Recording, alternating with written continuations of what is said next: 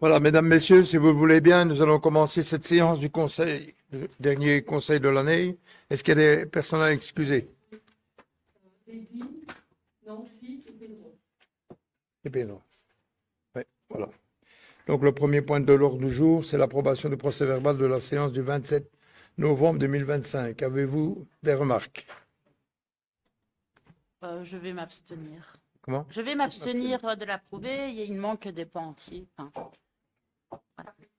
Donc, oui, comme d'habitude, c'est bien. Donc, le point suivant, c'est le CPS, budget 2026 du CPS, service ordinaire et extraordinaire. Donc, la présidente va vous présenter le budget.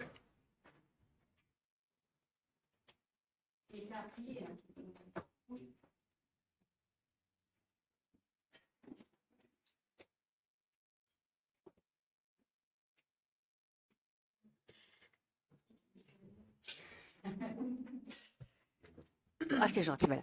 Donc voilà, je vais vous présenter le budget 2026 du CPS et je vous propose donc ici, c'est un travail qui a été réalisé notamment par notre directrice financière et je l'en remercie. Et on fera un petit focus donc principalement sur l'impact de la fameuse réforme chômage. Voilà. Alors donc, en ce qui concerne les dépenses du CPS pour 2026, vous voyez qu'on a un budget avec un montant total de 11 216 000 euros. Alors, les dépenses de personnel représentent environ 25% des dépenses, ce qui reste tout à fait raisonnable puisque la moyenne des dépenses est d'environ 45% pour les CPAS. Maintenant, il faut dire que nous n'avons pas de maison de repos, donc effectivement, ça impacte fortement le fait que notre pourcentage de dépenses personnelles soit quand même limité. Donc, on a pour environ 2 750 000 euros de dépenses de personnel. Il y a une augmentation d'1,5% par rapport au budget 2025. Les frais de fonctionnement sont plus ou moins stables, 562 000 euros, ça représente 5%. La moyenne pour les CPS, c'est 9%. Évidemment, les dépenses les plus importantes sont nos dépenses de transfert avec 7 486 000 euros.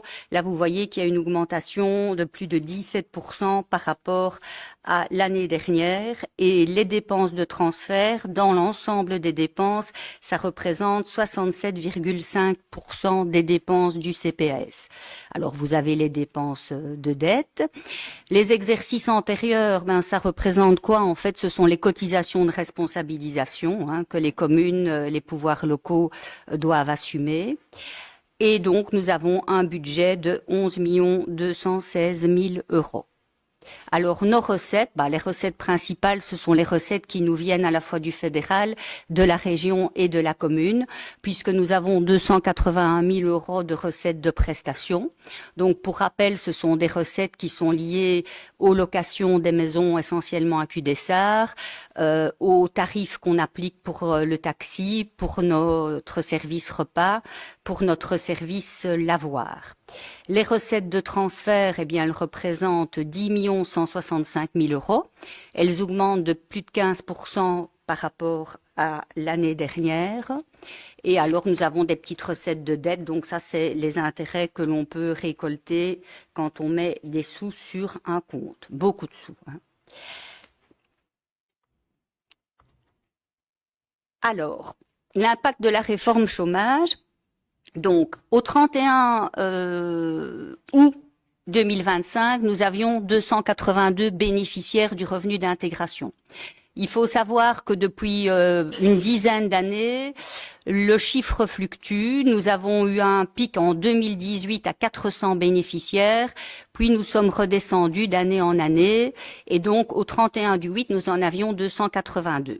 Alors, nous avons fait une moyenne du montant du revenu d'intégration, puisque vous avez 3 catégories de revenus d'intégration, cohabitants, isolés ou charges de famille.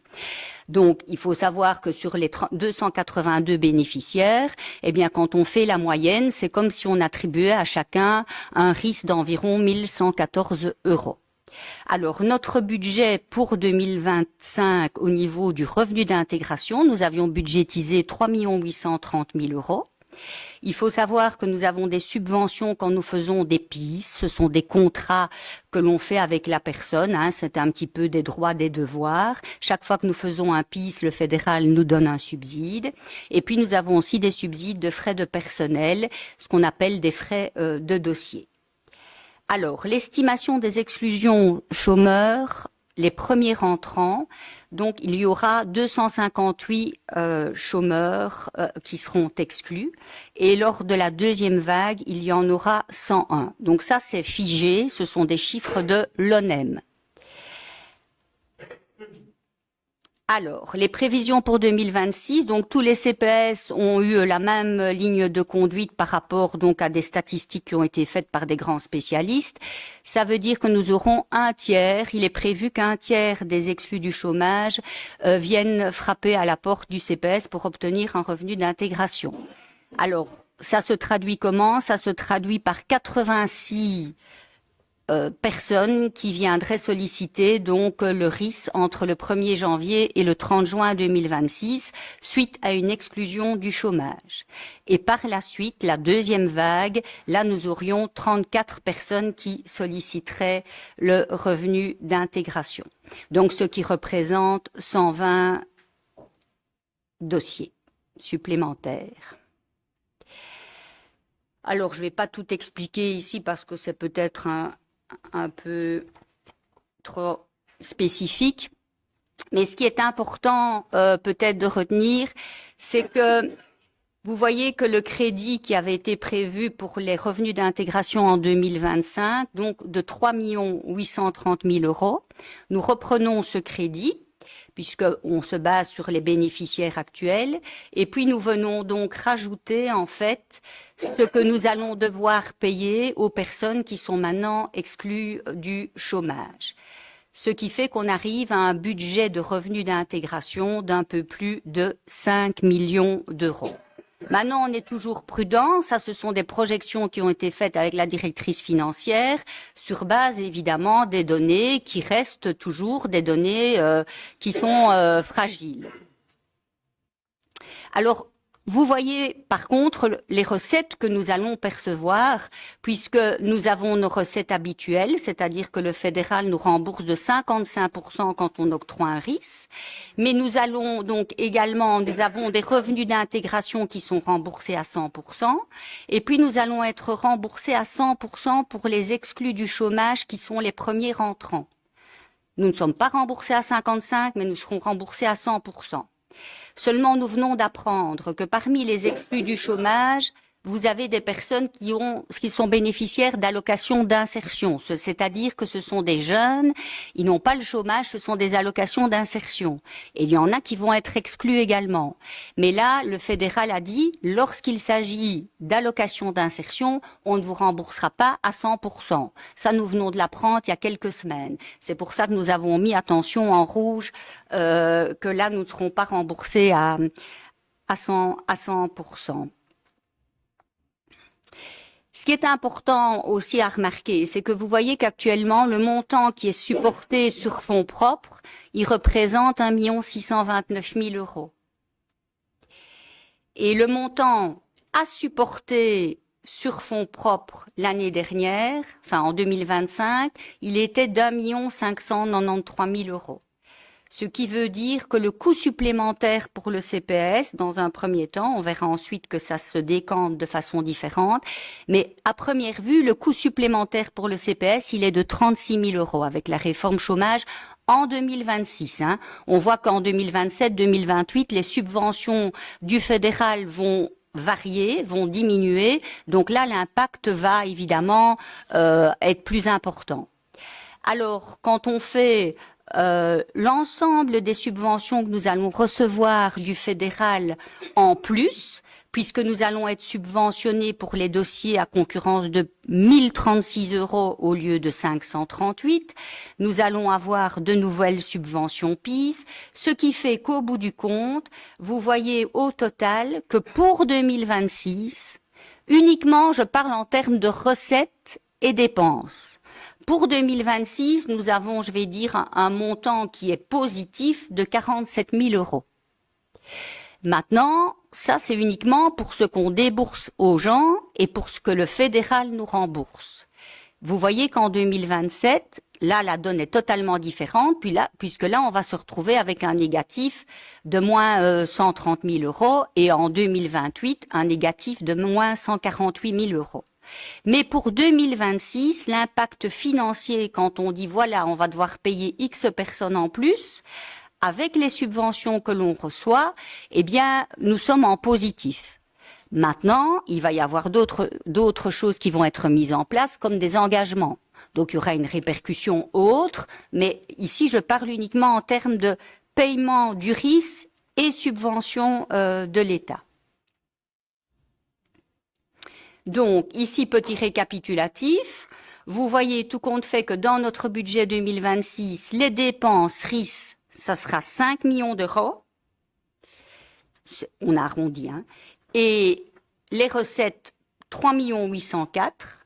Donc, l'estimation sur fonds propres du coût du RIS sera en 2026 d'1 196 000 euros.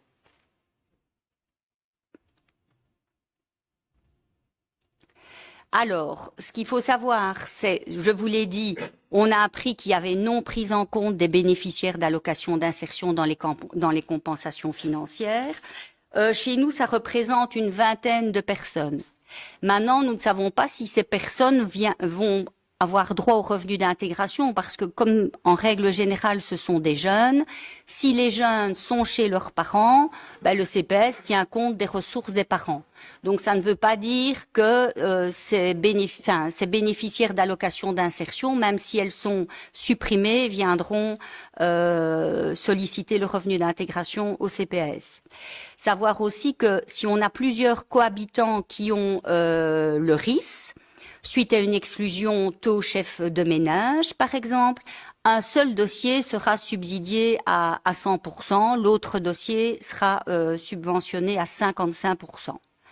Et puis, on ne sait pas encore, ça, l'impact qu'aura donc le fait qu'on essaye davantage de remettre à l'emploi. On nous prévoit des bonus si on remet à l'emploi, mais la grande question, c'est que à partir du moment où dorénavant il faudra 1 an de chômage pour avoir 1 an de revenu d'intégration pour avoir le chômage, vous aurez droit au chômage pendant 1 an. Ça veut dire que si nous remettons à l'emploi des personnes, nous ne tenons plus compte de l'âge des personnes.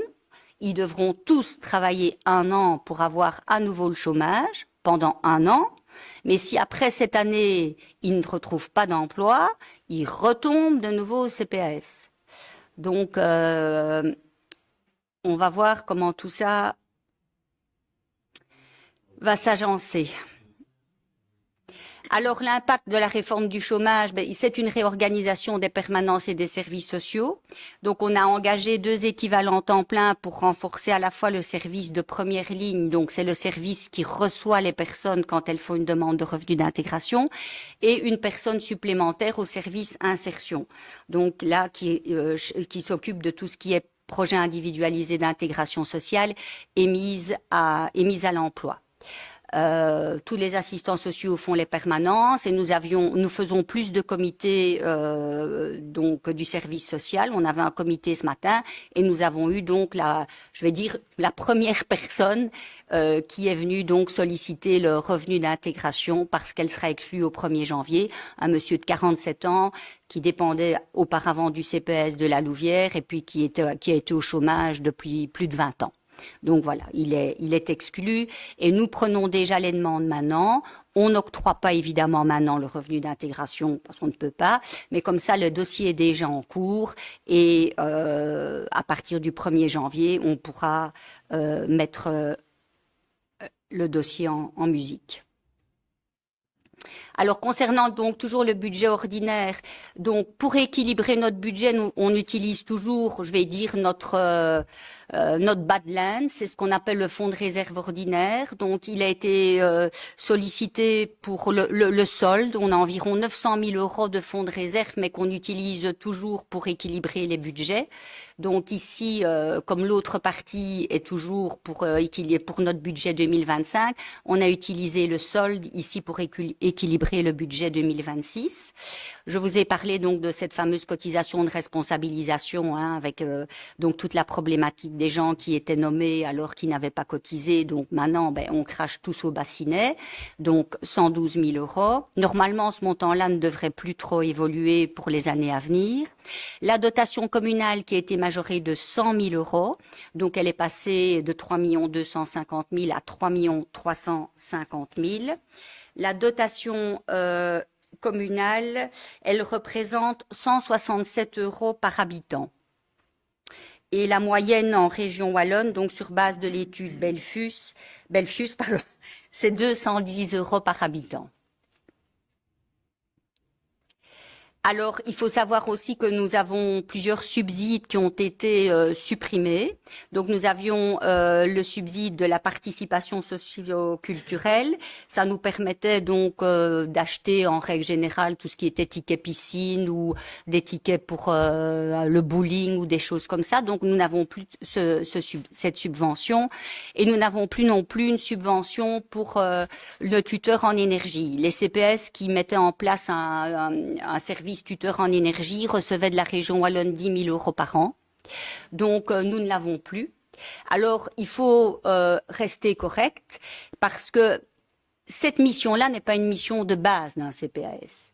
Donc, tous ces subsides qu'on a obtenus, il faut rester objectif, on était très contents de les avoir, mais il faut savoir aussi qu'à la base, ce ne fait pas partie des missions premières d'un CPS. C'est toujours compliqué quand on reçoit des subsides, qu'on sait que ces subsides, normalement, correspondent à une politique à un moment donné, ou à un soutien, et puis que du jour au lendemain, on ne vous les donne plus. Mais le tuteur en énergie, même si ça rend service, ça ne fait pas partie des missions de base. C'est une mission satellite qui est activée ou pas par certains CPAS. Nous avons maintenu évidemment notre tuteur, indépendamment de la perte des 10 000 €.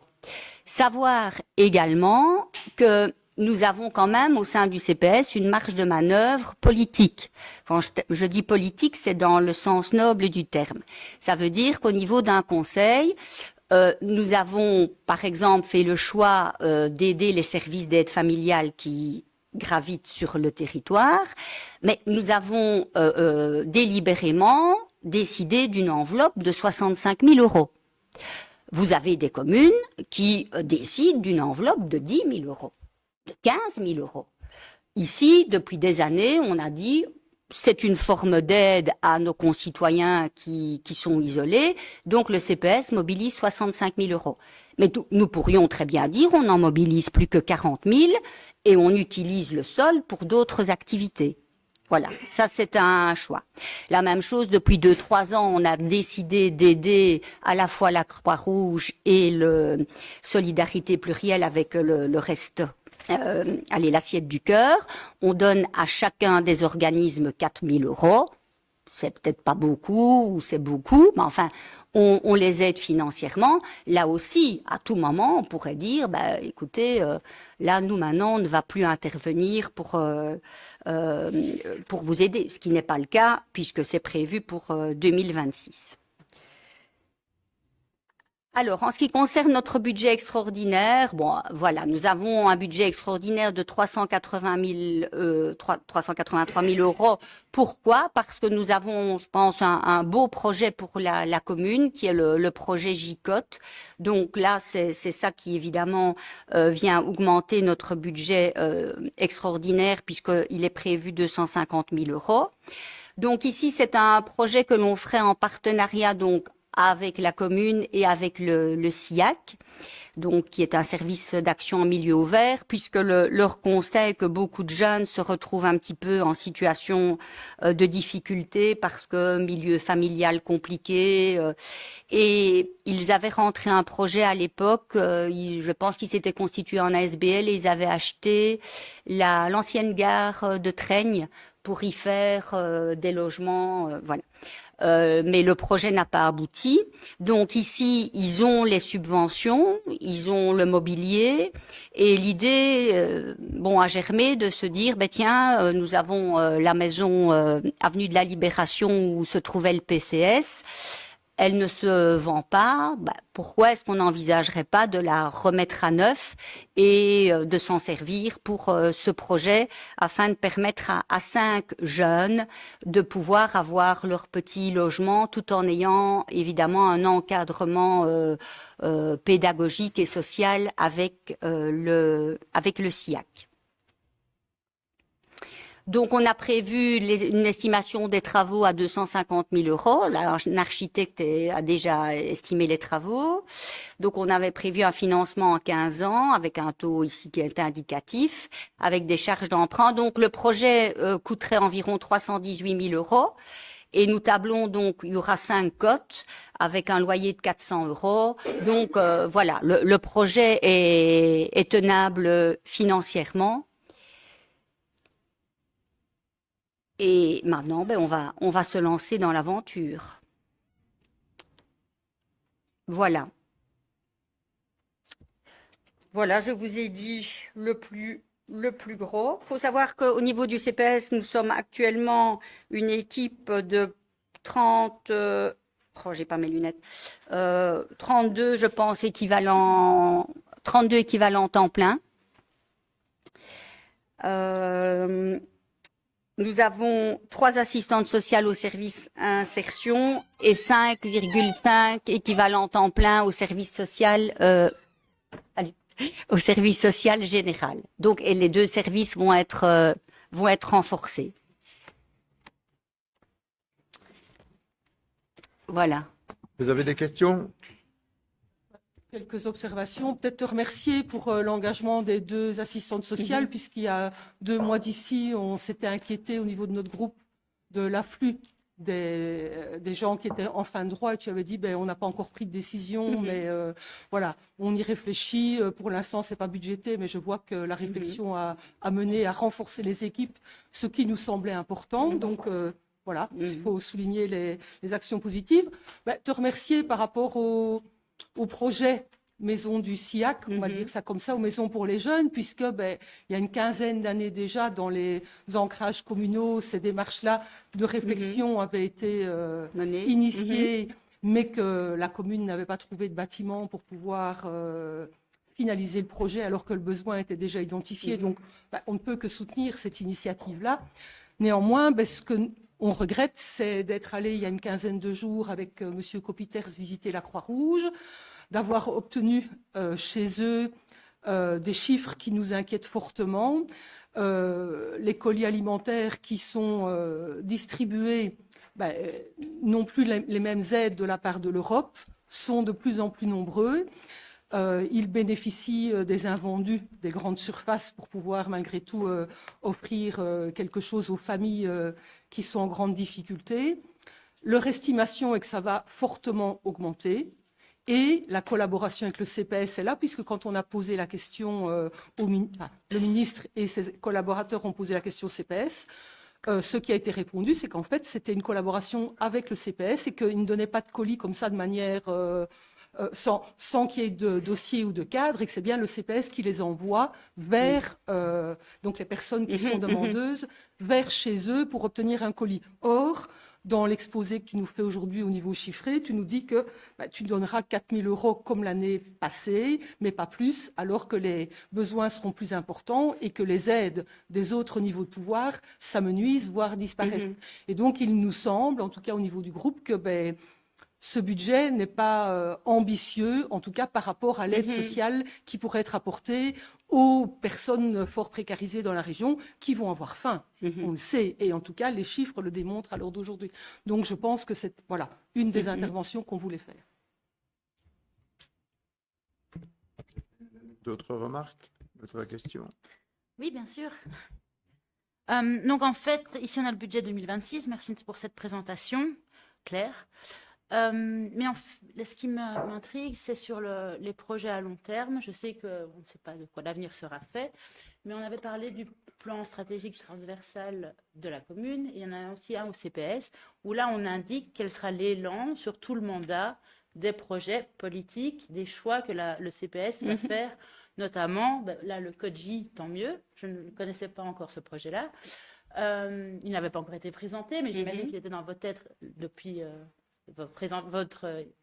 sur votre projet du bilan, pardon, sur tout le mandat, sur le Mhm. projet de tout le mandat, vous aviez certainement le CODJ. Mais par exemple, sur l'aide à la Croix-Rouge, on voudrait savoir, sur le tuteur en énergie, il reste encore un an, mais est-ce que sur votre mandat, sur l'entièreté de votre mandat, quelles seront les politiques que vous voulez mener? Et peut-être qu'on n'y arrivera pas parce qu'on va avoir des grosses complications budgétaires, on a bien compris, mais c'est juste qu'on ne sait pas les points sur lesquels vous allez vous défendre le plus ou défendre le mieux vos actions du CPAS, que ce soit donc de l'entraide avec les autres aides comme la Croix-Rouge, que ce soit le tuteur en énergie qui peut-être que n'est pas une fonction de base, un service de base, mais c'est fort utile et on comprend tous de limiter les frais en énergie. Et donc voilà, ce serait intéressant. On avait parlé la fois dernière, vous avez dit que vous nous enverriez le Mais plan, et ce serait sympathique, en tout cas, de nous montrer quel élan vous voulez, et comme ça, on comprendra mieux. Ce qu'on pourrait faire, enfin, maintenant, c'est de toute manière, on devra faire une réunion conjointe commune CPAS. Comme en règle générale, ce sont des réunions qui sont plutôt décorum qu'autre chose, puisque personne ne pipe mot et que tout le monde a l'air de s'enquiquiner. Moi, ce que je vous propose, alors, c'est que lorsque nous ferons notre réunion conjointe, de vous présenter notre petit PST. Avec plaisir. Voilà. D'accord. Et on essaye de ne pas s'ennuyer. Voilà. On lit tous les documents. Maintenant, tu vois ici, je n'ai pas passé en revue, mais je pense que au CPS de Couvain, il y a énormément de choses. Le service de médiation de dette, par contre, on avait une assistante sociale. Maintenant, nous avons deux assistantes sociales qui sont habilitées à faire des RCD. Bon. Nous avons une collaboration avec un service juridique qui vient une fois par mois. On n'est peut-être pas très expansif dans les informations que l'on fait passer. Notre service, par exemple, de cellule violence entre partenaires, c'est une des seules cellules au niveau de la province de Namur. Nous avons une assistante sociale qui a été spécifiquement formée et qui est référente pour la province de Namur. Tout ça, ce sont des choses qui ont été mises en place par le CPS, et je pense qu'à un moment donné, il faut s'installer, il faut bien faire ce qu'on a décidé de mettre en place et pas toujours vouloir décrocher de nouvelles étoiles. Il faut d'abord essayer de dire, OK, ce qu'on fait, ça a du sens, ça marche pour tout le monde, c'est bien rodé, eh bien on voit. Et ici, sur 2-3 ans, il y a eu déjà quand même pas mal de choses qui ont été mises en place. Voilà. Mais je vous propose alors ça, il faudra y penser pour notre réunion conjointe. Voilà. Ça nous permettra de mieux comprendre. Merci. Voilà. Et alors le deuxième point, c'était, et là je n'ai pas la feuille juste devant moi, c'était sur le point des transferts. Il y a des transferts qui sont prévus pour les sans-abri et la somme a été augmentée cette fois-ci. Ça devait être vers la page 23. En fait, les transferts... Enfin, si vous pouvez expliquer c'est quoi cette ligne, quelle est cette ligne en fait, parce que... En fait, quand tu octroies un revenu d'intégration sociale, le fédéral rembourse automatiquement 100% quand la personne quitte une situation de sans-abri. Et il rembourse à 100% pendant 2 ans. Donc, ici, on fait des lignes dans le budget, on fait des lignes différentes parce que je trouve que comme ça nous permet de mieux analyser les choses plutôt que d'en avoir qu'une seule enveloppe RIS. Et c'est d'ailleurs la raison pour laquelle aussi on a mis dans le budget le montant RIS différent quand il s'agissait d'exclusion chômage ici, simplement pour avoir une vision. Donc, quand on parle de RIS sans abri, ce sont des RIS qui sont remboursés à 100% pendant 2 ans. Et la somme était augmentée par rapport à 2025. Je ne saurais pas dire si elle a été augmentée. Peut-être un petit, oui, peut-être. Parce qu'il y a des projets particuliers ou des attentes? Non, maintenant on a peut-être aussi misé sur les indexations parce qu'il y aura les indexations. Non, il n'y a rien de spécifique par rapport à ça. Mais ça reste 100% subsidié par le fédéral. Oui, pendant 2 ans. Hein. 2 ans. Voilà, vous avez encore des questions? Peut-être une question par rapport à la politique que Johan a l'habitude de nous présenter, c'est la politique d'activation des articles 60. cette année, tu as fait le choix de l'exclusion du chômage pour donner Oui, le pour une focus, fois faire. pour faire le focus, mais je me dis que la corrélation avec le nombre de demandeurs d'emploi et la politique des articles 60 serait peut-être intéressante à être entendue de ta part et voir si tu as augmenté le budget, si les intentions sont celles-là, Oui. s'il y a du personnel supplémentaire qui va être affecté à l'accompagnement pour pouvoir aider les personnes à se réinsérer au plus vite. Donc ici, il y a une personne en plus au service insertion, donc elles seront 4.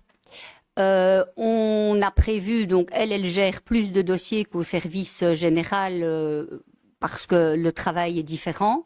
Donc il y a le renfort. On a prévu 35 mises à l'emploi, donc 5 en plus. Maintenant, il faut savoir que ça, c'est un crédit qui est ouvert. Donc, c'est vrai que nous, notre politique est directement la mise à l'emploi.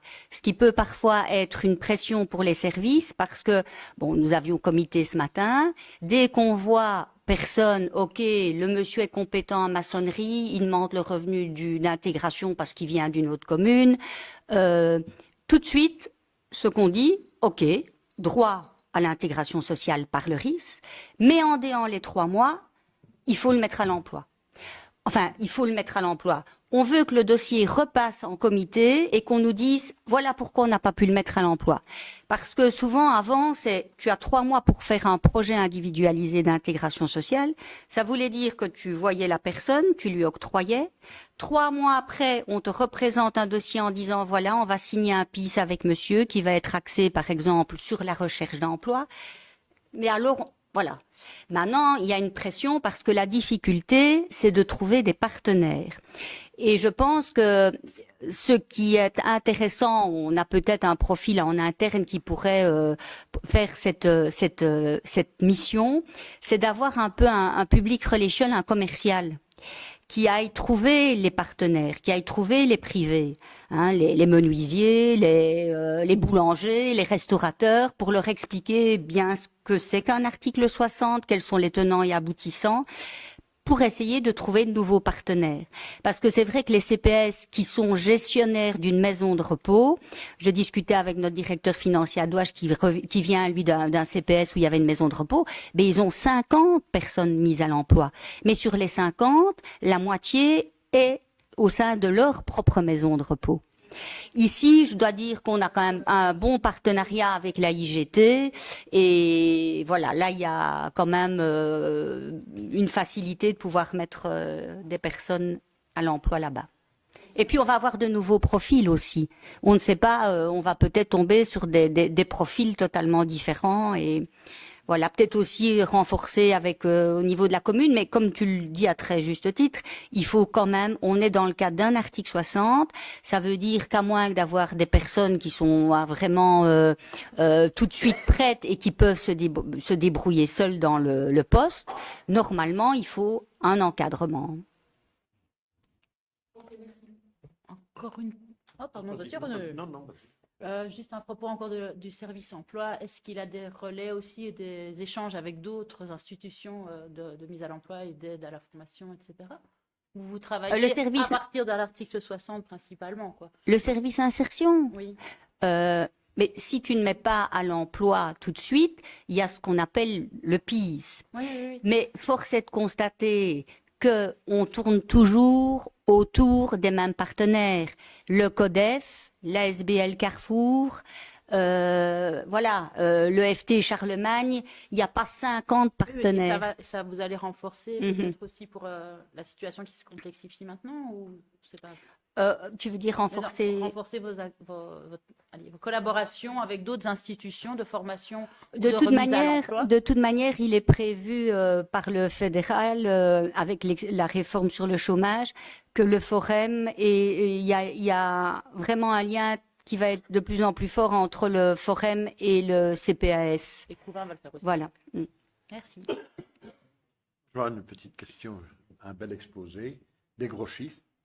Et vous pensez que vous allez mettre au travail quel pourcentage des chômeurs couvinois? Un aperçu. Ici, on a prévu... attends, parce que je fais pas de différence. Tu dis des chômeurs couvinois. dans les personnes qui seront bénéficiaires du RIS en 2026, qui soient bénéficiaires du RIS parce qu'ils ont eu un accident de vie qui n'a rien à voir avec la réforme du chômage, ou qui soient au RIS parce qu'ils ont été exclus, ils sont vus par le service insertion et on a prévu 35 mises à l'emploi. Combien? 35. Maintenant, s'il y en a 50, il y en a 50, mais il faut trouver des partenaires. Oui, mais Il faut... c'est ça le problème, c'est que les entreprises recherchent du personnel qualifié. Je suis désolé, mais bon, c'est malheureux pour ces gens-là qui sont au chômage. Mais un chômeur qui est qualifié, il travaille, il a du travail. Parce qu'il y a quand même une différence entre un salaire de chômeur et un travailleur. Donc ça va quand même être difficile de mettre beaucoup au travail. Ben, écoute, on a eu il y a eu de beaux parcours de réussite. Il y a des gens qui maintenant travaillent à la commune. Nous avons des personnes qui travaillent au CPAS, qui sont des personnes qui ont démarré dans le cadre d'un contrat article 60 parce qu'elles étaient bénéficiaires du revenu d'intégration. Maintenant, c'est clair qu'on a de plus en plus de profils de personnes qui accumulent énormément de problèmes, soit de toxicomanie, des problèmes psychiatriques, voilà. Et donc là, forcément, c'est plus compliqué. Mhm. Et c'est ça que avec les revenus d'intégration qui ne seront pas accordés à tout le monde, il y a certaines familles qui vont se paupériser et c'est pour ça qu'on parlait des risques de faim et de problèmes alimentaires. Je dans pense certaines familles. que le risque de faim, pour moi, ce n'est pas... je vais évidemment, certainement pas choquer, mais je crois qu'à l'heure d'aujourd'hui, on peut manger. On peut manger. Tout le monde peut manger à l'heure d'aujourd'hui. Tout le monde. Ce sont parfois aussi des choix. Et quand je dis des choix, je ne critique pas. Chacun est libre de faire ce qu'il veut avec l'argent qu'il reçoit. Mais de par ma petite expérience, les gens font parfois le choix d'autre chose. Ce matin, j'ai une personne, je peux le comprendre, qui me dit j'ai dépensé 250 € pour la Noël. Ça se comprend, mais en même temps, elle me demande en urgence de lui livrer 500 litres de mazout. Alors, quel est le message qu'on veut donner? C'est normal que la personne veuille dépenser 250 € pour Noël. Mais alors, est-ce que c'est à la collectivité, alors après, de dire, on vous paye 500 litres de mazout parce que vous avez dépensé 250 € pour Noël? Est-ce que vous aviez la possibilité de les dépenser ou pas? Est-ce qu'il aurait peut-être pas mieux valu mettre le mazout et puis voir dans quelle mesure est-ce qu'on pouvait peut-être, si c'était pour des cadeaux... Ce que je veux dire, quand on parle de manger, je pense que tout le monde peut manger. À l'heure actuelle, tout le monde peut manger. Nous avons travaillé avec l'assiette du cœur. Nous avions l'année dernière acheté, je vais dire, je ne sais pas moi, pour 2-3 000 € de repas. Je crois que s'ils ont eu 5 personnes qui sont venues manger, c'est beaucoup. Et on avait prévu le taxi pour les personnes qui voulaient. Donc, j'ai l'impression que ça, c'est une façade. On peut manger, et tant mieux. Il y a la Croix-Rouge, tu peux, le CPS, on a les tickets restaurants, les tickets repas. Maintenant, est-ce qu'on mange toujours ce qu'on veut? Non, bien sûr, ça non. Mais manger, je crois que aujourd'hui dire, et ça je trouve que dans les émissions de télévision, ce n'est pas correct. Parce que quand vous entendez qu'on interviewe des personnes et une maman qui est avec ses 2 enfants et qui dit à la télévision, j'ai 600 € par mois pour vivre, je dis le journaliste devrait lui dire, madame, expliquez-nous. Parce que le revenu d'intégration, il est à 1 800 €. Vous avez 2 enfants, si vous avez des allocations familiales majorées, vous atteignez déjà 2100 à 2200. Si vous avez une pension alimentaire, une contribution alimentaire de la part du papa, voilà. Et ça, on n'explique pas.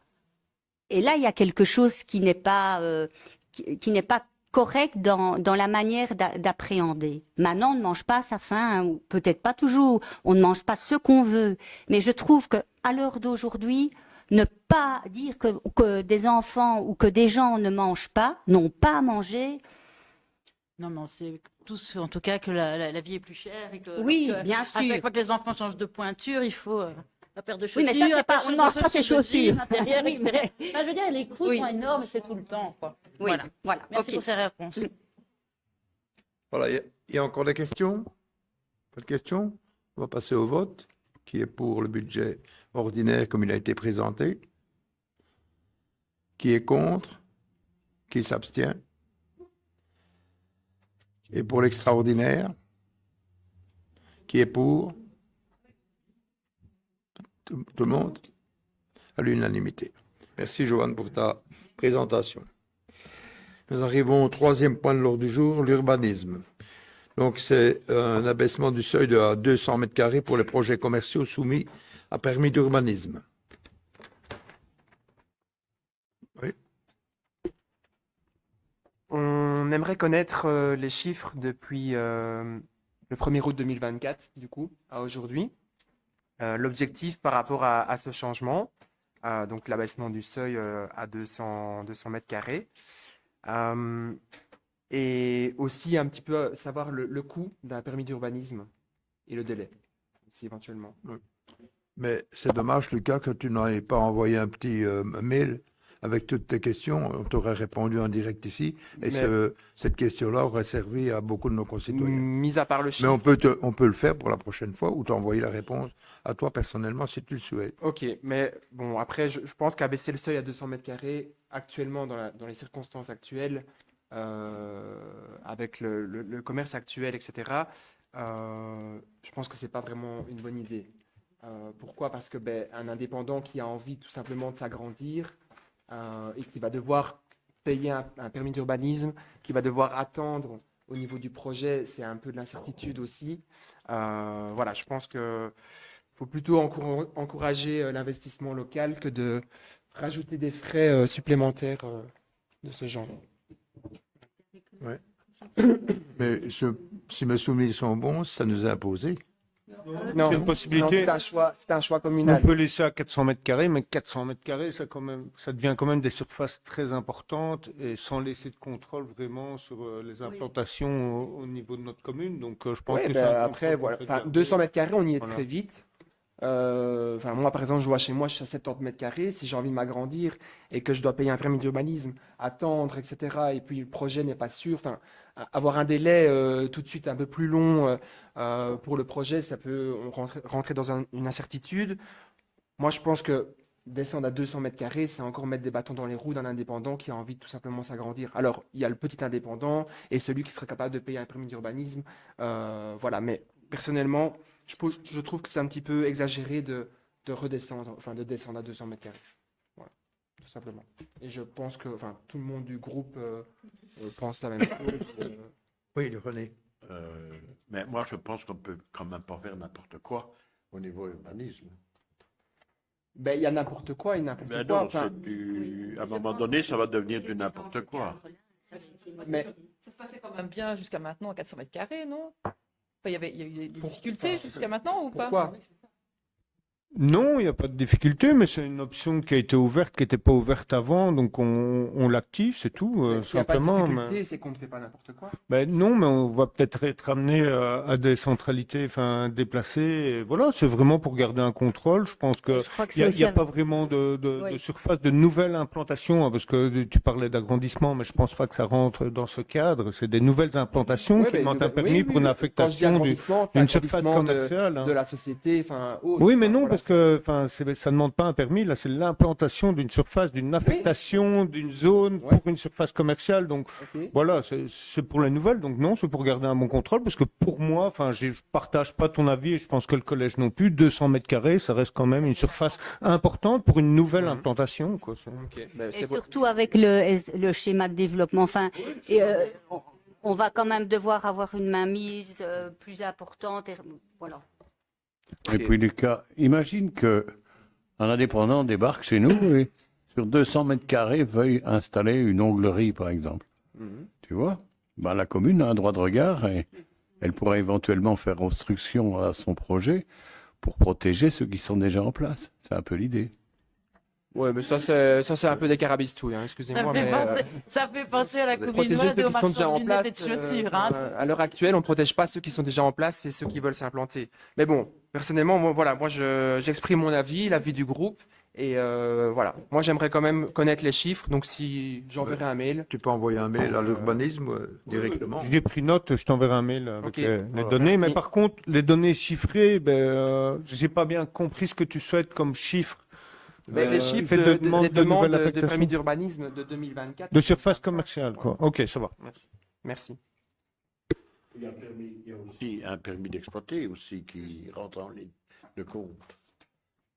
Et si du fait on parlait du permis d'urbanisme, je posais la question par rapport à ça. C'est lié. Ouais. Non. C'est lié, mais c'est deux choses différentes. Ah oui, T'as le d'accord. permis d'urbanisme et t'as le permis d'exploiter. C'est deux choses différentes. Oui, mais si on n'a pas la commune n'a pas l'information d'un permis, d'un permis de construire ou d'agrandissement, elle n'a pas les renseignements nécessaires pour le permis d'exploitation. Souvent, ça se fait en permis unique, en fait, et il y a la possibilité de goupiller les deux. Ça s'appelle un permis unique. Donc, Oui, je sais. Mais pas en 200 mètres carrés. Quoi. Voilà. Plus de questions. Passe au vote. Qui est pour? Qui est contre? On trouvait que 400 Hmm, mètres c'est- pour alors la position des suffisants. C'est votre droit. C'est votre droit. On passe au point suivant, enseignement, projet éducatif. Donc, c'est une suite à la réunion Copaloc que tu as assisté, Laurence. Hein, donc, il n'y a rien à dire, je pense. À l'unanimité? Non. Elle n'est pas là pour l'instant. Elle va arriver. Oui. Ah ben tu y étais. Oui, mais je dis, tu étais là pour Oui, Copaloc. tu y étais. Le 18 novembre. Ah oui, ah oui. Non, mais c'était un avis favorable le 18 novembre. Donc, je peux considérer que c'était à l'unanimité, oui. Alors, le point finance, exercice budgétaire, adoption d'un 12e provisoire, puisque nous passerons normalement le budget le 30 janvier. Alors, ressources humaines, tutelle spéciale d'approbation, décision du CPS, modification du cadre. Là aussi, c'est une concertation syndicale, concertation commune CPS, et donc c'est dans le cadre, tu peux peut-être donner un petit renseignement, et des échelles Oui, c'est pour régulaires. oui, assistants sociaux, c'est ça, hein, Isabelle, il faut le cadre. Oui. Voilà. En tant que conseillère, je trouvais que ce point était très était très flou à comprendre. Donc et là, j'ai pas encore tout compris. Donc l'idée, c'est que vous pouvez à nouveau expliquer C'est le CPS qui a modifié son cadre. Voilà. dans quel objectif. En fait, on a modifié le cadre pour permettre à un agent nommé qui était B3 de pouvoir, nous n'avions pas d'échelle B4. Et donc c'est pour lui permettre d'accéder à l'échelle B4, notamment. Pas d'autres questions? Non, à l'unanimité. Nous arrivons au point 7, cimetière, règlement communal sur les funérailles et sépultures, adoption. Donc là, nous avions déjà, Alexandre, tu as peut-être un renseignement complémentaire? Donc voilà, au mois de septembre, vous avez proposé un nouveau règlement de cimetière qui va être proposé dans toutes les communes wallonnes. Et on s'est rendu compte, en fait, les services s'occupant du cimetière s'est rendu compte que le nouveau règlement manquait de précision. Et donc, on s'est renseigné, on peut intégrer les nouvelles propositions qu'on vous fait. Donc, on a remis en fait des petits points qui étaient dans l'ancien règlement, notamment sur les sépultures en cavurne, où on ne peut mettre qu'une plaque de 55 cm sur 55, et ce genre de choses. Les services de compte funèbre nous avaient fait remarquer également qu'on avait mis dans le nouveau règlement du mois de septembre, on n'avait plus intégré le fait de pouvoir inhumer le 24 et 31 décembre jusqu'au midi, ce qui pouvait leur poser problème puisque les communes sont fermées par après, donc on l'a remis. Donc voilà, c'est des petites précisions. Je voudrais juste vous faire une petite remarque. Dans le règlement que vous avez reçu, il y a une petite erreur. L'article 107, qu'on vous demande de passer pour la couverture des concessions justement en cavurne, n'est pas au bon endroit. Il doit être 2 articles plus loin pour être dans la section 6 concernant les concessions de sépulture avec cavurne. Donc on va le modifier. Voilà. Sinon, il n'y a rien de particulier. Et c'était aussi dans les notes de synthèse sur les informations. C'est ça. Il y avait eu des notes d'information. Ouais. Oui, dans la Voilà. note de synthèse, il y a l'article 102 qui est en fait l'article 103, mais ça n'a pas d'importance. Tout le monde est d'accord? À l'unanimité? Alors, nous arrivons au point culte, fabrique d'église. Donc, c'est le budget 2026, bien entendu. Vous remarquerez qu'il y en a, c'est réformation. Il y en a un seul pour l'église de Gonrieux, l'approbation. Donc, je vais les passer au fur et à mesure, si vous voulez. Donc, pour l'église de Frane-les-Couvins, si vous avez des questions, vous levez votre main. Donc, fabrique d'église de Gonrieux, là, c'est une approbation. Fabrique d'église de Mariembourg, c'est une réformation. De Petite-Chapelle, c'est une réformation. De Houblin, c'est une réformation. De Boussu-en-Fagne, c'est une réformation. Brûlis-de-Couvin, c'est une réformation. Brûlis-de-Pêche, réformation. Cul-des-Sarts, réformation. Église de Couvin, réformation. Et l'église de Ptigny, réformation. Donc, la réformation, c'est suite au retour de la tutelle qui a fait différentes remarques. Parfois, c'est des modifications de petites sommes vraiment insignifiantes. Donc, mais bon, il faut régulariser, bien entendu, et donc repasser ici. Est-ce que je peux me permettre une suggestion? Est-ce qu'il ne serait pas, puisqu'il y a plus de 10 ans qu'on dit qu'on va rencontrer les fabriciens et les aider à établir leur budget, à peut-être faire des économies d'échelle et de pouvoir les aider dans la gestion du quotidien. C'est un peu dommage de se dire que 10 ans après, on arrive encore aujourd'hui avec autant de réformations. Ça veut donc dire que parfois, c'est comme tu viens de le dire, Raymond, une erreur au niveau de l'écriture budgétaire, où ils n'ont pas bien estimé la recette. Et donc, où ils ont mal mis. Ou elle n'a pas mis ça au bon endroit. Ou alors ils n'ont pas mis à la bonne imputation. Ils ont mis le boni, mais le boni n'est pas celui qui est réel. Donc, c'est vraiment des détails, mais des détails, je trouve, qui sont dommageables, parce qu'on les repasse ici. C'est finalement pointé des fabriques d'églises où ils ont commis des erreurs, alors que si le service les accompagnait, ça n'arriverait pas. Comme de toute façon, la décision est discutée chaque année, d'essayer de les accompagner, de faire des économies d'échelle et d'être surtout à leur écoute et de voir ce qu'on peut faire pour les achats de chauffage. On a fait des progrès au niveau mutualisation. Oui. Donc, mais je pense qu'il serait peut-être bien, après, dans le courant du mois de février-mars, de les inviter et de refaire une réflexion, un rapport et comment on pourrait avancer ensemble. Pour les aider à établir un budget qui soit correct à la base. Voilà. C'était ça la suggestion. Ok, mais il n'y a pas de souci, on en est conscient, on en a déjà reparlé en collège récemment. Je ne le savais pas, ça va. C'était Laurence. l'intervention globale qu'on voulait faire. Merci. L'idéal, ce serait une fusion de la fabrique d'église, mais là, à mon avis, on rêve, là. Mais des formations et une mise en commun de la méthode, ce serait déjà beaucoup. Ouais. Donc, vous êtes d'accord qu'il s'abstient, Vincent et Pour Sarah. les raisons de méthode. Alors, nous arrivons au point 9, festivités, ventilation du subside prévu à l'article budget 2025 concernant les groupements 3x20. Donc, c'est une estimation, c'est un budget de 2 000 € qui est réparti entre 11 comités. Vous êtes d'accord? Je pense, c'est jusqu'à Daï, vous êtes sûr qu'il existe encore un comité des 3x20? Parce que je ne dois pas citer les noms, mais elle avait 4x20 et elle est vaillante, mais elle n'est plus en charge de 3x20. Comment?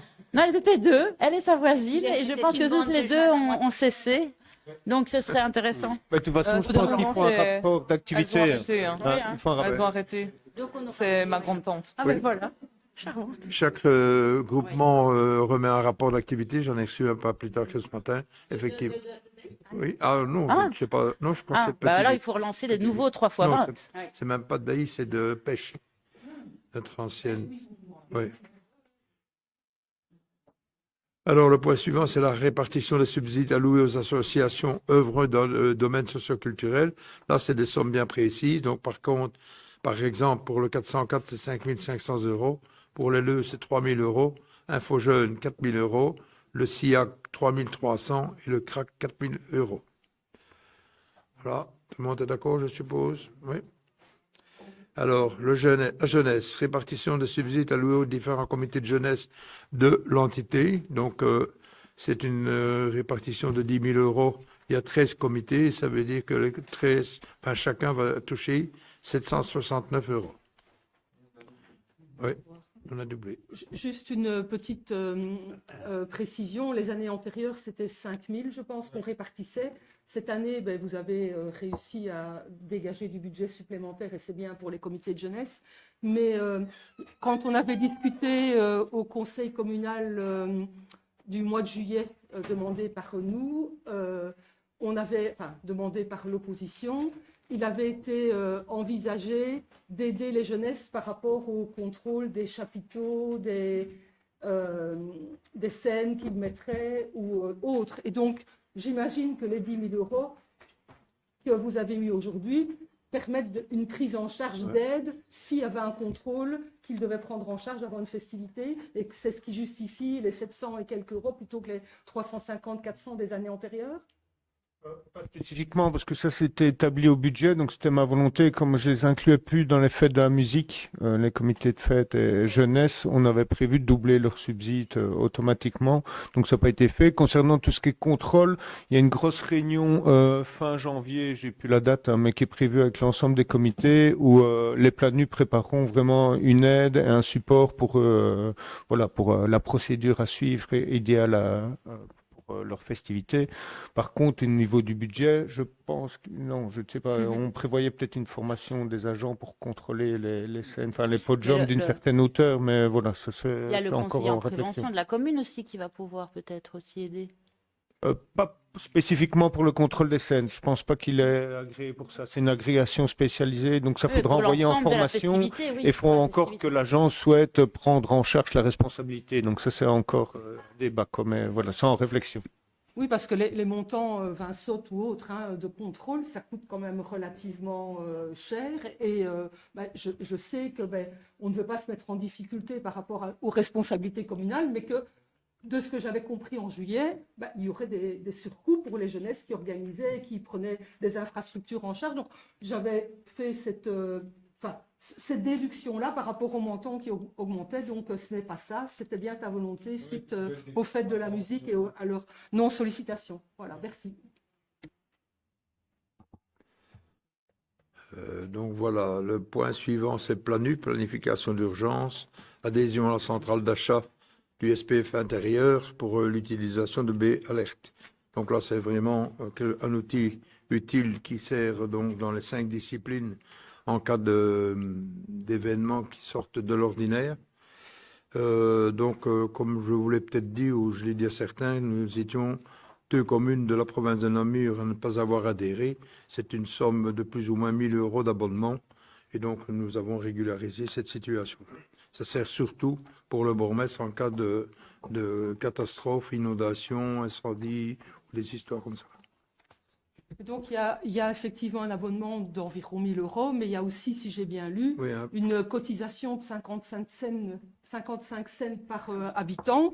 Et donc, on se disait, voilà, le nombre d'habitants, on les connaît, mais si une catastrophe arrive durant l'été, où il y a des vacanciers, des secondes résidences, des scouts, puisque le mois passé, on en a quand même beaucoup parlé, et qu'on estime à plus de 2000 jeunes sur l'entité l'été, et que des inondations ont eu lieu, malheureusement, durant l'été, il y a quelques années de ça.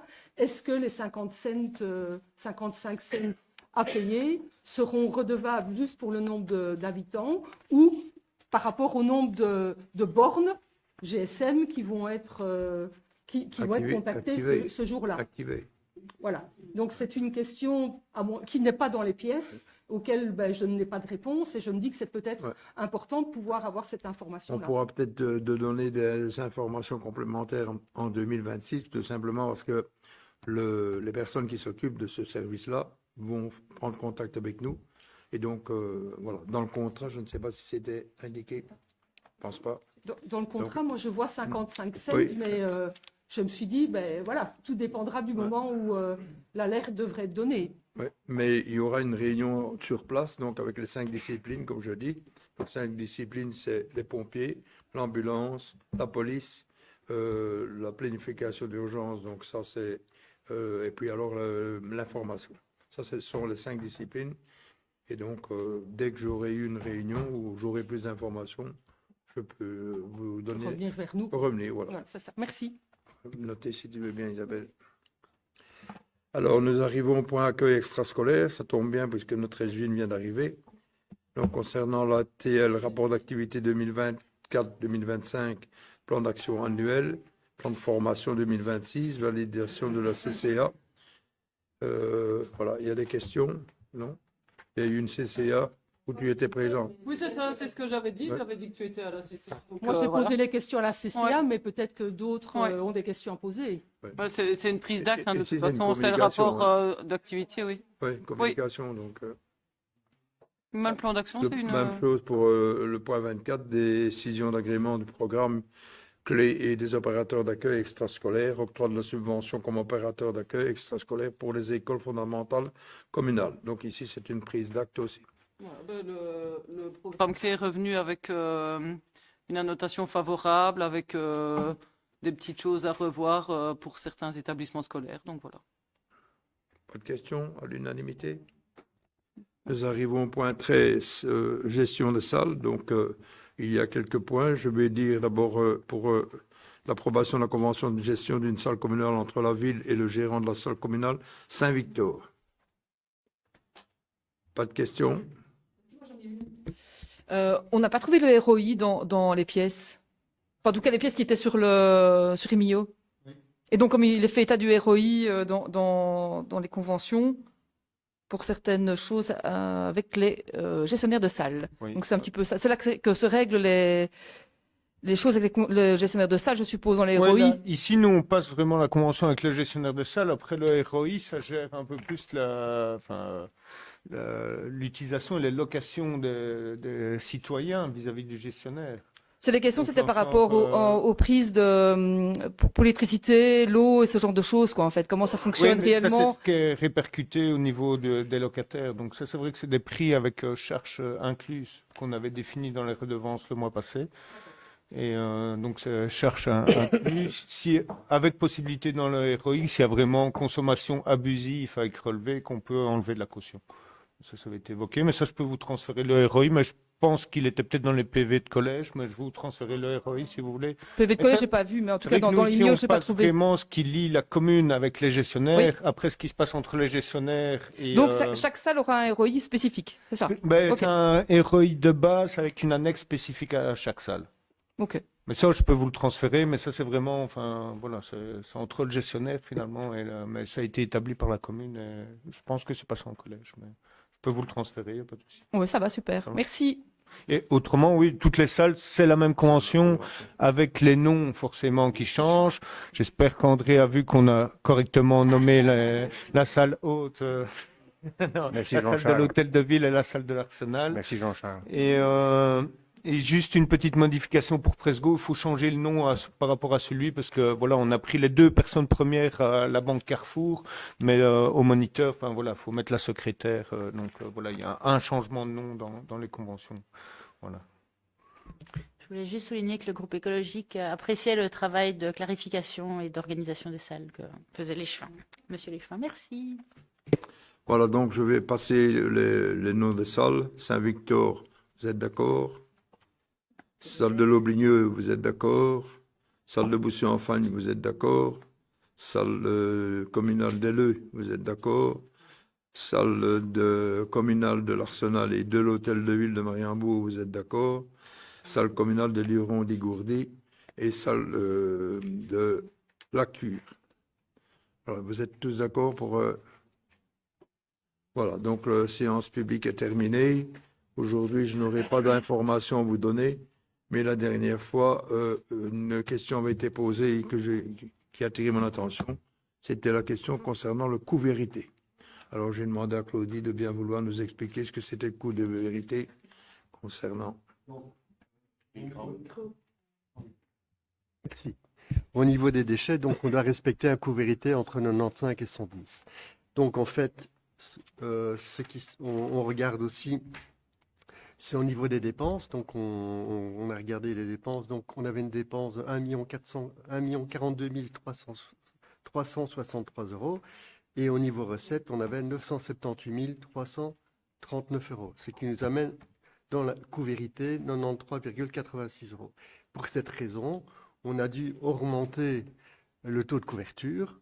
Et donc, je vais vous donner, pour arriver justement entre 95 et 110. Et là, on arrive plus ou moins à 106.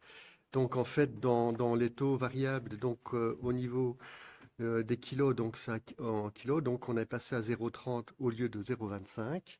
Alors, pour les taux fixes, pour les isolés, on est passé à 80 € à la place de 75 €. Pour 2 personnes et plus et seconde résidence, on est passé de 125 au lieu de 115. Le taux pour le ramassage pour un tiers, donc on est passé de 65 au lieu de 60. Alors, au niveau des commerces, on est passé de 125 au lieu de 115 pour les 42 litres, pour les 140 litres et pour les 240 litres. Alors, 275 € au lieu de 265 €. Et là, on est à 266 litres, 260 litres. Et alors, pour 430 € au lieu de 420, là, c'est pour les 1100 litres. Voilà. Voilà l'ensemble des augmentations qu'il y a eu pour arriver à un taux de couverture de 106. Voilà. Merci Claudie. Donc en fait, la question que j'avais posée, c'était effectivement l'explication du pourquoi on avait dû augmenter. Et donc ça, tu viens d'expliquer qu'on arrivait entre les 95 et les 110. Ce qui était la question, c'était de se dire pourquoi est-ce qu'on a augmenté de cette manière-là pour atteindre le taux de couverture de 106, alors qu'on aurait pu choisir 100, par exemple. Et ce que tu m'as... Puisqu'on était toujours dans la fourchette entre 95 et 110. Et l'augmentation était un peu plus courte ou un peu moins importante pour les citoyens. Mais ce que tu m'as répondu le mois passé, c'est qu'en fait, votre volonté était de ne plus augmenter les poubelles jusqu'en 2030. Ouais. Donc, tu as expliqué aujourd'hui le coût vérité, comment le calcul avait été fait, pourquoi on avait augmenté de 5 €, 10 €, 20 € en fonction de, et le kilo de 25 cents à 30 cents. Donc, maintenant, tout le monde a compris comment le calcul se fait et que l'objectif était bien qu'on fasse cette augmentation-ci cette année, mais qu'après, on soit tranquille pour les années à venir, jusque 2030, avec un tarif inchangé. C'est notre objectif. Et bien, il faut savoir aussi qu'une grosse majorité des communes ont dû augmenter Oui, aussi. oui, oui. Voilà. Mais bon, notre volonté, de voilà, la fourchette voilà, et du voilà. poids qui était important. Voilà. Merci, Ok, Claudie. de rien. Et c'est bon de donner l'information que c'était un coût vérité, donc ça veut tout simplement dire que la commune ne gagne rien du tout. Bien au contraire, c'est ric-ric. Donc automatiquement, c'est vrai qu'il vaut mieux mettre, peut-être augmenter un petit peu le excusez-moi. Voilà, vous êtes d'accord? Tu as eu l'information que tu souhaitais. Voilà. Ok. Oui. Par après. Oui. Voilà, est-ce qu'il y a des questions d'actualité?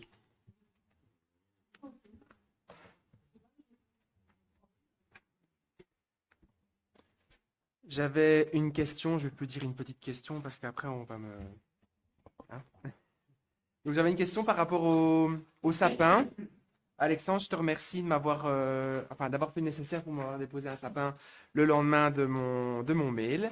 Ma première question, c'était quelles étaient les conditions pour recevoir un sapin. Donc, je sais qu'il fallait remplir un document et à renvoyer avant le 2 novembre. On avait reçu le document fin octobre. Donc, quels étaient les critères pour recevoir ce document?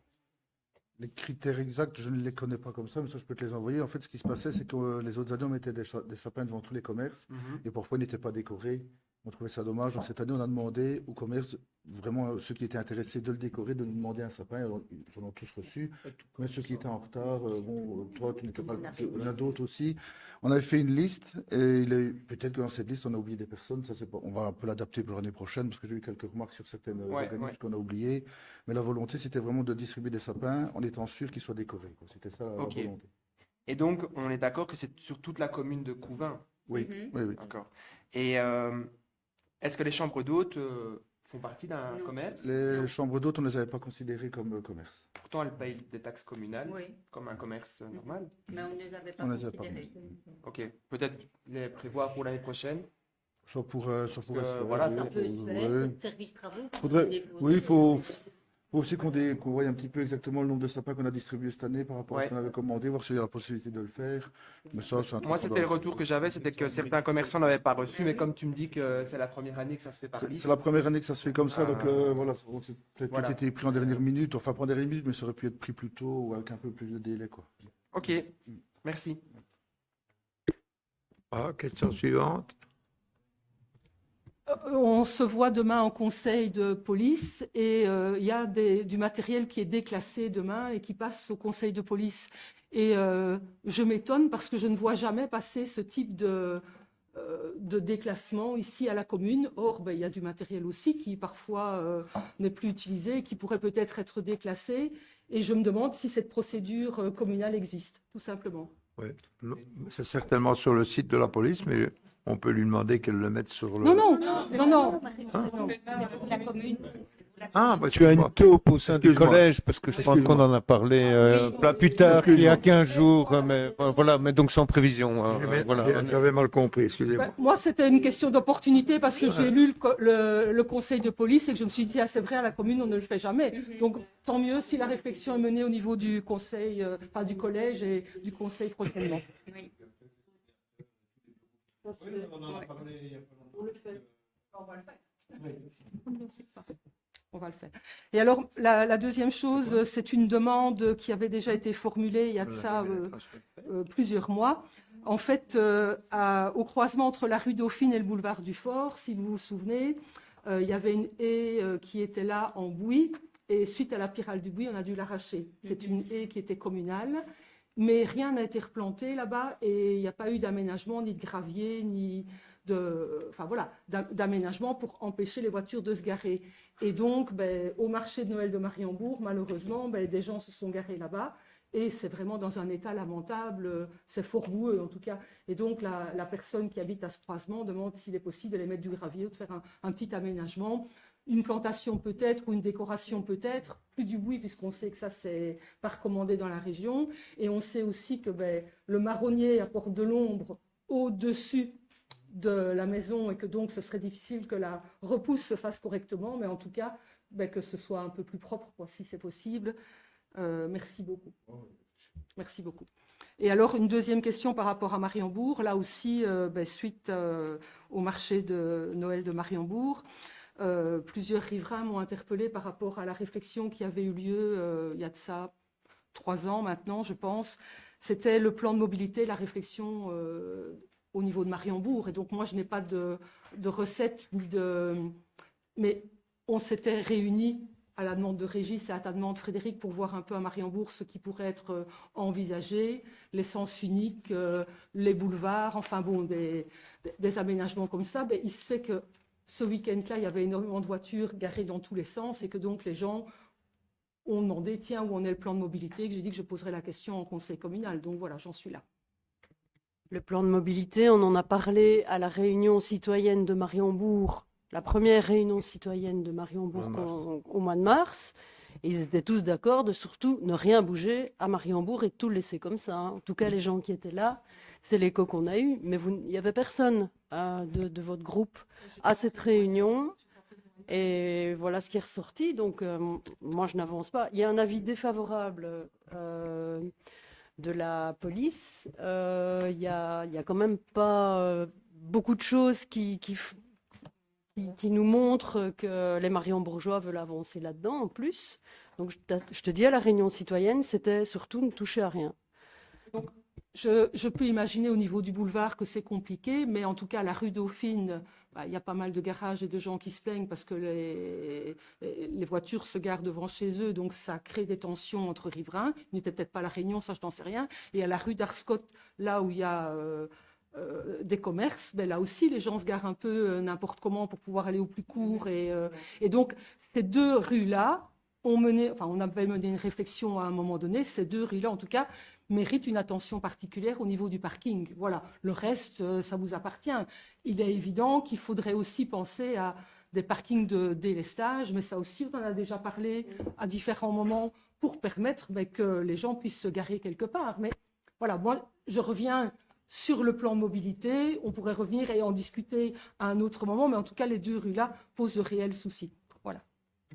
Ok, on va C'est juste pour rebondir, la rencontre citoyenne, c'est très très bien et c'est très sympathique. Mais on sait aussi que c'est toujours les mêmes personnes qui viennent à ce genre de réunion et qu'une consultation citoyenne serait plus adaptée dans ce genre de discussions à avoir, de justement, et la police, et les chauffeurs de bus, et les chauffeurs de camions, et les gens qui habitent là, et les gens qui circulent là. Enfin, c'est toujours des énormes projets de faire des plans de mobilité. C'est à la demande du groupe écolo qu'on organise ces réunions Et je les salue, mais pour un projet aussi pratico-pratique, ce n'est plus une rencontre citoyenne, mais une consultation de tous les utilisateurs. Voilà, on peut toujours progresser, toujours. Voilà.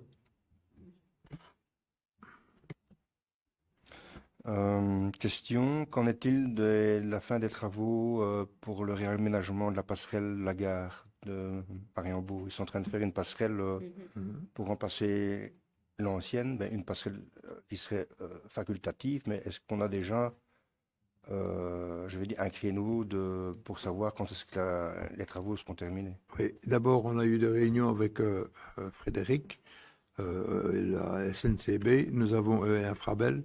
Donc, ça va se faire en 2 phases. D'abord, retirer la passerelle. Vous savez qu'on va faire des travaux sous voie.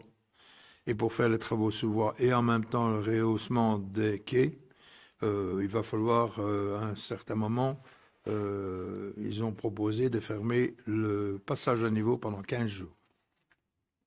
Vous m'avez bien entendu, pendant 15 jours. Et donc, nous essayons de trouver une solution pour qu'ils aménagent quelque chose à proximité.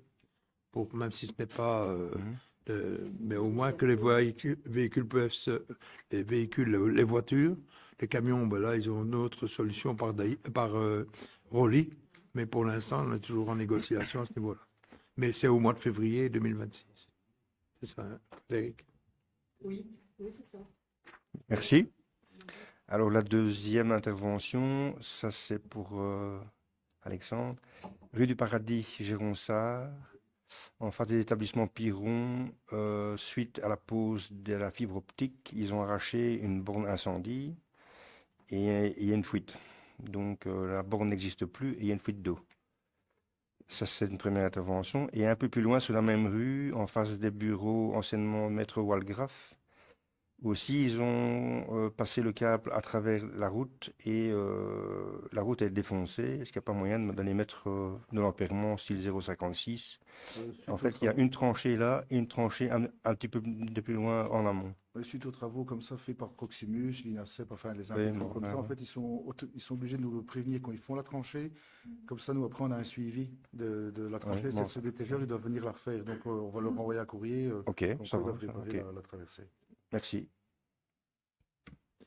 Il n'y a plus de questions? Un petit peu, très peu. Mais non, je suis déçue que vous ne parliez pas aujourd'hui, que vous ne donniez pas d'informations sur tous les dossiers qui concernent Provins. J'aime autant Mais non, vous protéger je sais le qu'on a fin de l'année. un petit verre de fin d'année, mais c'est juste que c'est quand même souvent les questions qui nous reviennent. Hein. Quand est-ce que les ponts, etc.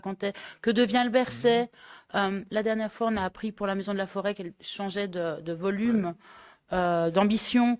Alors qu'on parlait d'un écran. Donc j'aimerais vraiment que vous nous parliez plus et donc j'aime bien, monsieur le bourgmestre, quand vous nous parlez de l'actualité de la commune. C'est bien la parce première qu'on a personne besoin qui me dit ça aujourd'hui. rassurer. On sait que vous travaillez, mais si vous ne le montrez pas. Mais prenons l'exemple de la Maison de la Forêt. J'avais demandé à Frédéric, mais il n'y a pas eu de changement pour le dernier conseil. Et en plus, voilà, comment veux-tu qu'on te donne d'informations? Il y a des réunions qui se font en bureau, bien entendu, mais il n'y a pas de changement. On a des réunions pour avancer, mais quand on aura un projet plus précis, on vous le présentera, évidemment. On va montrer. On voit déjà avec l'Office du tourisme, d'abord ce qui est nécessaire, comment on doit... Mais ce n'est pas seulement sur le projet de la Maison de la Forêt, hein, c'est pour le Bercet, etc. Oui. Donc, et alors, si vous voulez aussi, vous pouvez informer les autres conseillers communaux, même de la minorité, Oui, en disant n'évoquez pas ce sujet-là par ailleurs dans la presse. On peut avoir des... Non, la rue du Bercet, avec Heidi, nous en avons parlé au dernier conseil communal. Il a sa façon de travailler, moi j'ai la mienne. Donc, alors d'aujourd'hui, ni la mienne ni la sienne n'avance, puisque on a eu un mail que c'est seulement à partir d'avril qu'ils envisageraient de faire un marquage au sol et de faire les différents travaux. Et le bâtiment? la commune, tu vois, le bâtiment du Bercé aussi. Enfin, voilà, non, donc je toutes ces parle de- questions-là. je Oui, parle de moi la je parlais rue, pas moi, de la du Bercé. rue. La Mais rue du oui, on Bercé. pose aussi des questions sur la rue. Mais je veux dire par là que c'est important quand vous nous donnez des nouvelles, Ben oui. parce que vous montrez les avancées de vos projets et on peut avoir des interactions et ça nous fait plaisir, on sent Oui, utile bien sûr. et les citoyens euh, apprécient. C'est pas parce que je n'ai pas envie de Le donner carrefour de la l'information. gare, vous me l'avez un petit peu refusé. Oui, la semaine mais le dernière. carrefour de la gare, c'est la même chose. Nous avons aussi des contacts et différents services ne souhaitent pas communiquer. Je suis désolé, mais voilà. Oui, C'est la même d'accord, chose j'entends, pour, j'entends. Mais sachez que, en tout cas, après, les citoyens reposent toujours la même question. Voilà. Donc, vous le savez, je le sais. Et donc, on apprécie quand Monsieur le bourgmestre donne des informations en fin de. C'est bien gentil. Oui. Alors là, juste la dernière, j'avais encore deux petites questions. Non, c'était juste pour les habitats légers, l'article de presse sur les réactions des communes voisines qui étudient au cas par cas et qui en semblent satisfaites. C'était frustrant. Enfin, c'était la question qu'on pouvait poser. Est-ce qu'il y a une réflexion au sein de la commune pour faire aussi au cas par cas? Peut-être que la situation est plus compliquée pour d'autres raisons qui m'échappent, mais voilà, ce serait intéressant qu'on nous explique peut-être. Habitat léger. Les habitats légers et le fait qu'on systématiquement refuse au lieu de faire au cas par cas. Parce que les deux autres commentaires étaient ça a été positifs. mal interprété dans la presse, mais voilà, parce que même le journaliste ici présent s'est dit, oh, ben, vous refusez pas bêtement. Non, chaque cas est évidemment utilisé, chacun peut rentrer un permis. Et on ne demande que ça, d'avoir un permis, une demande de permis qui nous surprenne et qu'on puisse accepter et qui coche toutes les cases. Parce que la problématique il y a des cases. Ben, il y a des cases, bien sûr, c'est contrôlé, on refuse pas bêtement. C'est parce qu'il y a des contradictions entre les différents codes, entre les permis, notamment avec le code de l'eau, avec l'obligation de se raccorder à l'eau, et que c'est des permis provisoires. Et donc, qui va prendre en charge après quand on a permis? Enfin, voilà, il y a plein de questionnements. Il faut que ça s'intègre dans le cadre bâti. Donc, c'est vrai que, enfin, un peu comme les autres communes où les commentaires étaient plus réduits et on avait l'impression que étudiaient et pas nous. Mais si, il y a encore un dossier qui a l'étude ici à la commune, il risque sans doute d'être refusé malheureusement parce qu'il coche pas nos cases. Mais voilà, donc c'est étudié. Il faut pas se décourager. Bon, voilà, actuellement, c'est très compliqué, surtout avec les risques de champ. Enfin, voilà, tout ce qui est évoqué, voilà, et nos craintes, mais voilà, et de salubrité. Mais voilà, non, les cas sont étudiés, ils sont pas refusés bêtement, hein, je te rassure. Ça méritait une clarification. Oui, oui, bien sûr. C'est une Voilà. bonne Et la question. dernière question, vous ne nous avez pas annoncé des agents constatateurs aujourd'hui? Parce que moi, j'avais une question pour eux. Si, mais le deuxième agent constatateur prêtera seulement serment demain. C'est vous qui me l'avez vendu pour aujourd'hui. Oui, Et la mais- question, alors, c'était est-ce que les enseignes publicitaires et des magasins fermés, est-ce que ça fait partie aussi du travail d'un constatateur pour nettoyer ces façades avec... Enfin, c'est moche, quoi. Le magasin fermé, c'est triste et c'est moche. Oui, il y a beaucoup de choses qui rentrent. Oui, mais c'est vrai que c'est une bonne idée. On avait préparé. Bonne idée. Mais Voilà. tu auras peut-être, je ne pense que la prochaine fois, au mois de janvier, nous aurons le budget. Mais je vous les présenterai tous les deux hein, pour que vous ayez le visage de ces deux personnes-là qui font très très bien leur boulot et qui me donnent beaucoup d'ouvrages parce que je signe énormément de courriers de prévention pour notre population. Parfois c'est une haie, parfois c'est bien autre chose. Ils font très très bien le boulot. Mais tu peux toujours prendre contact avec les deux. Ils sont à ta disposition. Non, en tout cas, le coup de... Et puis, tu poseras les questions que tu souhaites et te répondront bien volontiers. Merci. C'est deux personnes qui sont vraiment bien à leur place. Voilà, s'il n'y a plus de questions, je vais remercier le public, leur souhaiter une bonne fête de fin d'année au nom du collège et de la commune de Couvain. Voilà, à l'année prochaine. L'année prochaine, prochain conseil, ça sera le 30 janvier.